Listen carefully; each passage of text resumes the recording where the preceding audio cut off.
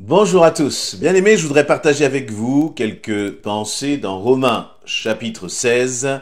Romains chapitre 16, je vais lire à partir du verset 1 dans ma version de la Bible du Semeur, où Paul donc écrit aux chrétiens de Rome et leur dit ceci. Alors, je regarde, je vérifie, mais c'est donc le dernier chapitre. Le dernier chapitre, c'est le chapitre, la lettre, c'est-à-dire la dernière lettre, si on veut, que Paul va écrire à l'église de Rome et va leur dire: je vous recommande notre sœur Phébé, diaconesse de l'église, qui est à Sancré. Réservez-lui, en vertu de votre union commune au Seigneur, l'accueil que lui doivent des membres du peuple saint. Mettez-vous à sa disposition pour toute affaire où elle aurait besoin de vous, car elle est intervenue en faveur de beaucoup et en particulier pour moi. Saluez Prisca et Aquilas, mes collaborateurs, dans le service de Jésus-Christ. Ils ont risqué leur vie pour sauver la mienne. Je ne suis pas seul à leur en devoir gratitude. C'est aussi le cas de toutes les églises des pays païens. Saluez aussi l'église qui se réunit dans leur maison. Saluez mon cher Épaïnette. Il est le premier à s'être tourné vers Christ dans la province d'Asie. Saluez Marie, qui s'est beaucoup dépensée pour vous. Saluez Andronicus et Junia, qui sont du même peuple que moi. Ils ont été mes compagnons de captivité. Ils sont très estimés en tant qu'apôtres, eux qui se sont même convertis à Christ avant moi. Saluez Ampliatus, qui m'est très cher dans le Seigneur. Saluez Urbain, notre collaborateur dans le service de Christ, ainsi que mon cher Stachys. Saluez Apelles, qui a prouvé son attachement à Christ. Saluez aussi les gens de la maison d'Aristobule et Hérodion, qui fait partie du même peuple que moi. Saluez les gens de la maison de Narcisse, qui appartiennent au Seigneur. Saluez Tryphène et Tryphose, qui toutes deux travaillent dur pour le Seigneur, ainsi que ma chère Perside, qui a travaillé dur pour le Seigneur. Saluez Rufus, cet homme que le Seigneur a choisi, et sa mère, qui est aussi une mère pour moi. Saluez Asyncrite, Phlégon, Hermès, Patrobas, Hermas, et tous les frères et sœurs qui sont avec eux. Saluez Philologue et Julie, Nérée et sa sœur Olympas, et tous les membres du peuple saint qui sont avec eux. Saluez-vous les uns les autres en vous donnant le baiser fraternel. Toutes les églises de Christ vous adressent leurs salutations. Amen. Voilà, la lecture était longue, mais je crois qu'elle en vaut la peine. Qu'est-ce que, en travers ces mots, Paul manifeste? Et je voudrais vous partager d'ailleurs comment j'en suis venu à lire ce passage et avoir à cœur de vous partager la pensée que je vais partager là. J'ai été encouragé, j'ai été touché, j'ai été comme rempli de joie en lisant les commentaires que les uns et les autres ont pris le temps de laisser sous la dernière vidéo Parole du jour. Et puis tout de suite, je me suis dit, mais comment ça se fait que je suis joyeux? Voyez, dans notre cœur, lorsque l'on sert le Seigneur, on ne le fait pas pour recevoir des commentaires des uns et des autres. Ce n'est pas pour cela, c'est pour servir le Seigneur. C'est pour la gloire de Dieu. En souhaitant, en espérant que ce travail puisse bénir les uns et les autres, restaurer, encourager, amener à une vie à Christ. Et donc, notre récompense lorsqu'on sert le Seigneur, eh bien sûr, c'est le Seigneur qui nous la donne. Et pourtant, tout en disant ceci, je crois que nous avons besoin d'apprendre à nous encourager les uns les autres. Je crois que lorsqu'on sert le Seigneur, on est encouragé par les fruits que le service porte dans la vie des uns et des autres. Et je dois dire que les messages, que les commentaires qui ont été laissés m'ont rempli de joie. Je ne sais plus à combien de vidéos, paroles du jour, on en est depuis que le Covid a commencé, plus de 740, 750 vidéos, où le Seigneur à chaque fois, donne justement son esprit, alimente, rafraîchit, pour qu'il y ait une parole qui bénisse. Et lorsque l'on voit ce que cela produit dans la vie des uns et des autres, on dit, mais merci Seigneur. Et je crois, et là je voudrais vous encourager à votre tour à faire comme Paul finalement, à être aussi des hommes et des femmes qui exprimaient votre reconnaissance à l'égard des autres. Notre chair, elle est toujours prompte à critiquer. Notre chair est toujours prompte à voir ce qui ne va pas dans le cœur de l'autre, dans la vie de l'autre. Mais je crois qu'en tant qu'enfants de Dieu, nous devons nous réjouir de ce que Dieu fait à travers les autres. Et Paul prend le temps, dans cette épître, à dire, je vous recommande cette sœur qui s'appelle Phébé. D'ailleurs, on remarquera qu'il y a beaucoup de femmes qui sont citées là, dans le ministère de Paul. Il va parler, par exemple, de Phébé. Il va parler dans le couple Prisca et Aquilas. Il va parler donc de Prisca. Ensuite, il va parler de Marie. Il parlera ensuite j'ai repéré deux autres femmes qui ont été citées, Typhrène et Typhose, qui toutes deux, au verset 12, travaillent dur pour le Seigneur, voyez?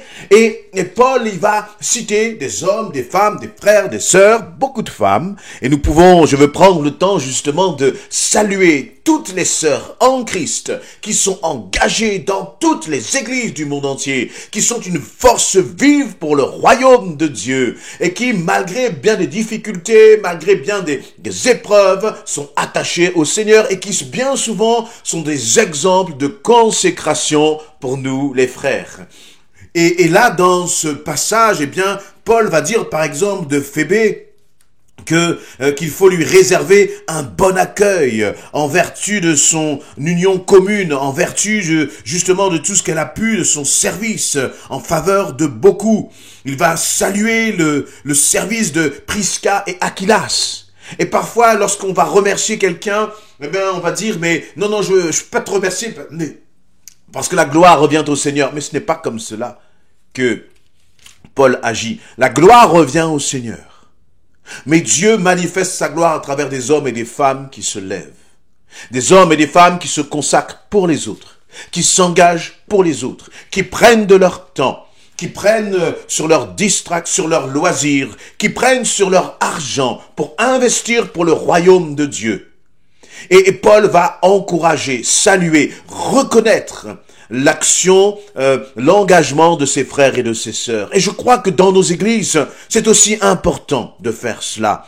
J'en profite pour moi aussi, remercier tous les bien-aimés dans notre église, mon église locale, l'église essentielle qui s'engage, reconnaître le travail qui est fait par toute l'équipe pastorale, et puis aussi par le pasteur, mon grand frère, le pasteur Patrice Yao. Merci Seigneur pour ces hommes, merci pour ces femmes qui te servent avec zèle. Amen. Et je crois que là où tu te trouves aussi, tu peux prendre le temps de reconnaître le travail qui est fait par les uns et les autres. Tu peux prendre, voyez, finalement, qu'a fait Paul? Il a pris le temps d'écrire pour les remercier. Et il a communiqué cela à l'église de Rome. Je crois que toi aussi, tu peux prendre le temps de remercier un frère, une sœur, de lui envoyer un message pour lui dire, je remercie le Seigneur pour le service. Je te remercie finalement pour ta consécration. Je te remercie pour ton engagement. Voyez, parce que nous considérons que tout nous est acquis, que tout nous est dû. Non, il y a des frères et sœurs qui se lèvent pour que tu sois béni. Combien de fois as-tu pris le temps de remercier? Remercier le Seigneur, mais aussi remercier ses bien-aimés qui ont pris le temps de servir. Et c'est ce qu'a fait Paul. Il encourage les uns et les autres. Il va dire, par exemple, en parlant de Andronicus et Junia au verset 7, ils sont du même peuple que moi, ils ont été mes compagnons de captivité, ils sont très estimés en tant qu'apôtres, eux qui se sont même convertis à Christ avant moi. Il va parler d'Urbain, notre collaborateur dans le service, ainsi que son cher Stachys. Autre chose que j'observe, c'est que Paul connaît le nom des frères et des sœurs, ou leurs prénoms. Il les connaît. Il a une relation avec eux. Et donc, c'est pour ça qu'il peut parler avec amour de l'église de Rome, finalement. Il n'est pas simplement en train d'envoyer une lettre à des personnes dont il aurait entendu parler de loin. Et je vais mettre un peu, les pieds dans le plat.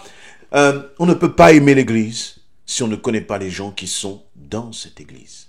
On ne peut pas aimer l'église si on ne sert pas dans cette église. Parce qu'au final, les personnes qu'il est en train de citer, ce ne sont pas des spectateurs assis sur une chaise, mais ce sont des hommes et des femmes qui se sont levés, qui se sont engagés dans cette église de Rome, qui ont commencé à ouvrir même des églises de maison, des cellules de maison, c'est ce qu'il va dire là pour certains d'entre eux dans la lecture que nous avons fait.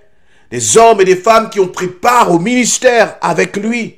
C'est l'image même, la dimension même du corps de Christ. Le corps de Christ n'est pas un homme qui se lève et qui fait tout seul. Ça, ce n'est pas du tout dans la vision du Seigneur. Ce n'est pas non plus, j'allais dire, un super prédicateur, tout le monde vient et l'écoute. Ça, ce n'est pas l'Église selon ce que Dieu, tel que Dieu l'a défini. Mais il l'a défini comme un corps dont Christ est la tête avec plusieurs membres, où chaque membre va apporter comme sa pierre à l'édifice, où chaque membre va bénir l'autre membre. Le pasteur n'est rien sans les brebis. Les brebis ne sont rien sans le pasteur. Nous avons besoin des uns des autres, nous encourager d'avancer les uns avec les autres et de prendre le temps de manifester des marques d'amour concrètes pour les bien-aimés.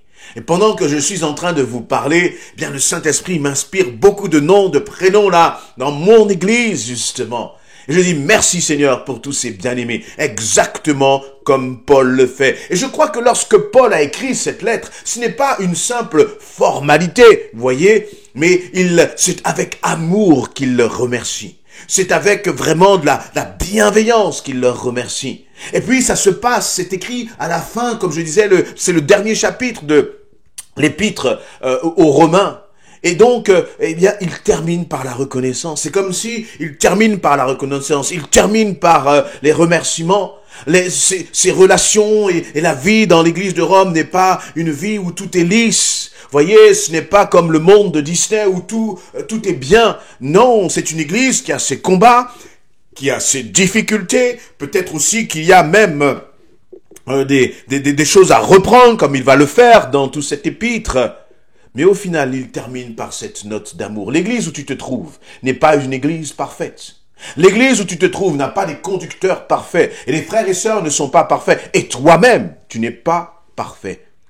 Mais ça ne doit pas nous empêcher d'avoir de la reconnaissance pour ceux qui s'engagent. Et je terminerai par ce dernier point. Nous sommes dans une époque où, parfois, il y a ce piège de vivre l'église par procuration. De vivre l'église à distance, de simplement consommer des prédications, de simplement consommer des temps de louange.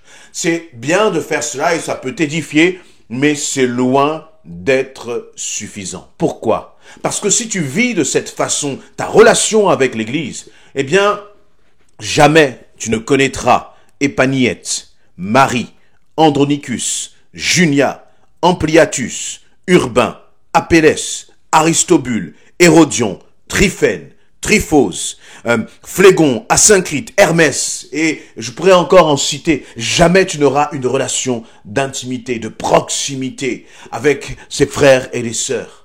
Parce que tu te contentes de regarder une vidéo. Je ne parle pas là, attention bien-aimés, je ne parle pas là à des bien-aimés qui n'ont pas d'église à proximité, ou qui ne peuvent pas se déplacer parce que, à cause de la maladie ou autre. Mais je te parle à toi qui as la possibilité de te rendre dans une église locale, de communier avec des frères et sœurs, de servir et de t'engager. Vas-y, engage-toi, fais-le avec joie. Et tu vas voir, très souvent, on arrive dans une église, on se dit, personne ne me connaît, personne ne s'occupe de moi. La réalité, c'est toi. Quand es-tu occupé des autres dans l'église où tu te trouves? Et lorsque tu vas commencer à t'occuper des autres, je crois que toi aussi, tu pourras écrire comme ce Romains chapitre 16. Tu pourras toi aussi écrire ton épître, ton chapitre de la reconnaissance, ton chapitre du remerciement. Bien-aimés, voilà encore, merci pour vos encouragements et vraiment, je vous le dis sincèrement, je vous aime dans le nom de Jésus-Christ. Amen.